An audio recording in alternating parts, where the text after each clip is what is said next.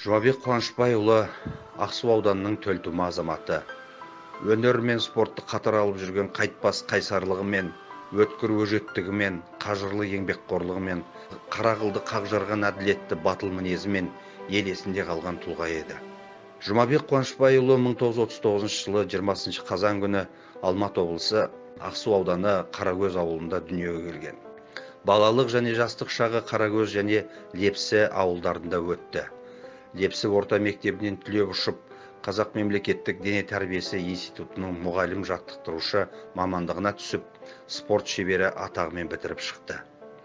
Институт қабырғасында жүріп, қазақ күресінен Қазақ КСР-ның 2 мәрте чемпионы, еркін күрестен Қазақ КСР-ның 4-ші жазғы студенттер спартакиадасының жүлдегері атанса, Тбилиси мен Ташкентте өткен халықаралық турнирлерде жеңіс тұғырынан көріне білді.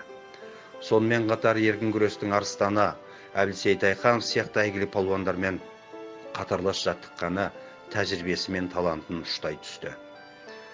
1963 жылдан бастап Ақсу ауданы мектептерінде мұғалім, аудандық спорт комитетінің төрағасы, кейіннен 25 жыл Ақсу аудандық спорт мектебінде еркін күрестен аға жаттықтырушы болып қызмет атқарды. Осы жылдар аралығында тәжірибелі спортшы ұстаз, жаттықтырушы ретінде аудандық спорт саласын өркендетуде елеулі еңбек сіңірді. Оның тәрбиелеген көптеген спортшы шәкірттері халықаралық, республикалық және облыстық жарыстардың жеңімпаздары мен жүлдегерлері болып келді. Ақсу ауданындағы бір ғана Мамания, бұрынғы Ыбырай Алтынсарин атындағы орта мектептің ол жаттықтырып тәрбиелеген 53 шәкірті ұстаз жолын қуып дене тәрбиесі факультеттерін бітіріп, қазіргі таңда еліміздің әр жерлерінде спорттың жанданып дамуына үлестерін қосуда.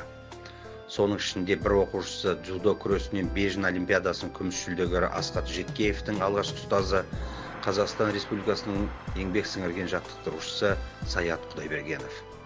Өзі де күрес спортының дамуына қосқан зор үлес үшін аудандық, облыстық, республикалық түрлі дәрежедегі дипломдармен, алғыс хаттармен және медальдармен марапатталған.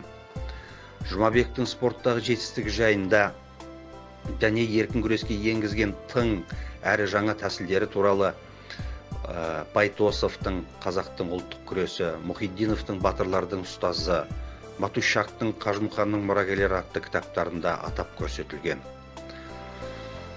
Жұмабек Қуанышбайұлы үлкен өнер иесі, дүлдүл ақын ретінде де елге жақсы танымал. Өз заманында Ақсу ауданының бас ақыны атанған.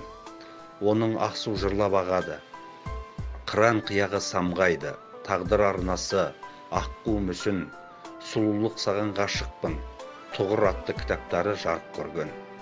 Көптеген өлеңдері Жайдарман, Мөлдір бастаулар, Шабыт, Қарындасым, Қарлығашым, Жетісудың жаңа өндері, Жетісу жырлайды сияқты жазба ақындар жинақтарында жарияланған. Сондай-ақ Жұмекеңнің мәнді мағыналы өлеңдері газет басылымдарында үнемі жарияланып отырды.